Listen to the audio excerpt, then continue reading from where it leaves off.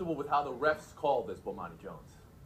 I don't think they should be. I mean, the big thing was the actual announcing of the penalty. I think that's the part that threw everybody off. We've seen flags get picked up before. We see them do that funny thing where they pick up the flag and then tell you what they're not calling. They don't ever tell you what they are calling and then say, oh, my bad. And I don't care if you guys hadn't worked together or not. Everybody knew that that sort of thing had not happened. It looked like a bad call. I don't know if Ray Charles could see it necessarily, but Stevie Wonder, I assure you, was able to get a squint in there and then kind of look at it and see what had happened on the play. I don't understand why you're taking my points away. But here's the thing for the league, though. I do think they're in a bad place on this, that this time you started hearing people say things like they thought that there was the fix. Now, that's irrational, but that's a lack of credibility in the league that you normally hear coming from the NBA, where we think that everybody is fixed. After all this time where people wonder about the integrity of the league, when things like that happen that are so far off the reservation, gradually those things hurt, combined with the things we'd seen earlier in the course of this season.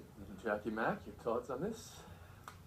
I understand what you're saying, Bomani. It's been a tough year for the NFL, but it seems to me that every time there's a playoff game and there's a controversial call, everybody goes off the reservation because everybody has an opinion on it. And there's no doubt in my mind they got this one wrong. And Tim, I really do appreciate that overwhelming, compelling evidence you have. But what about things like videotape and slow motion? I don't know. They might be a little more effective. Nobody's on tape anymore either, Jackie, but please, let's go ahead. But anyhow, let's start with the defensive holding, which, if you recall, Tony, was a point of emphasis before the season started. They called it a record 347 times during this NFL season, and then at the biggest moment, they decide not to call it. And if we're going to talk about going by the letter of the law and the rules of the NFL, then why was Dez Bryant not flagged for coming onto the field to confront an official without his helmet on? That's very specific in the regulation. Let's go back to Challenge Show.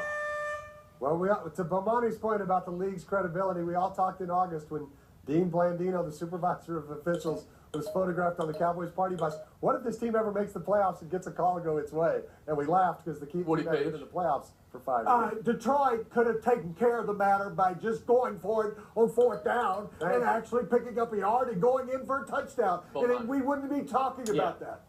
Let's be clear, there was a lot of game left after that happened. You can't say that that cost the Lions the game. It just looked really bad for the NFL. Hey, Jackie, can you say that?